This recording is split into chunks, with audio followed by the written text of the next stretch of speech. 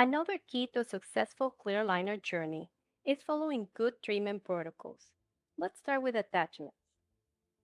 For good attachments, I suggest following the steps you use for a Class 2 composite.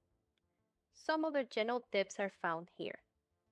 First, maintain good isolation, just as with any other composite. Also, rinse and try it on the template and the respective aligner before starting, so you make sure everything fits. We also recommend cutting the template to bond attachments in quadrants, especially if you're just starting your clear aligner journey. And finally, etch only the area where the attachment will go to minimize any extra composite, aka flash, that you will have to polish. If during treatment an attachment falls off, please use the original template to bond it. If a new template is needed, please contact us and we'll send it your way. In this video, you can see our attachment protocol.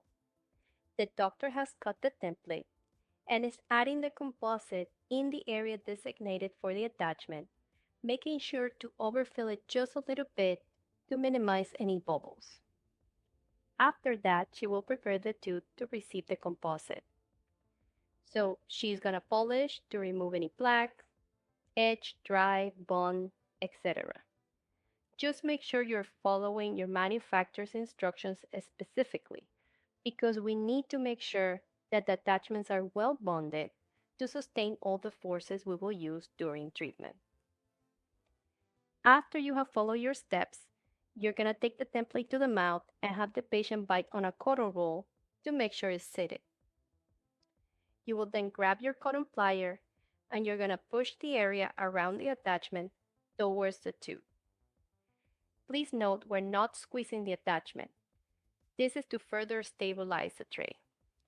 You will then cure it for approximately 10 seconds just to make sure it's set, and then you can let go and finish your curing time.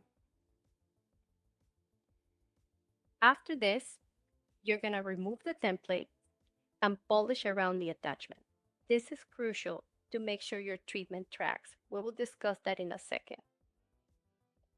After you're done polishing, you will take the aligner to the mouth and try it on to make sure it fits. And you will be done.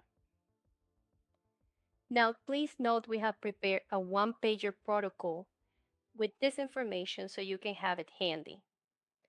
Let us know if you would like to receive it and we will send it your way.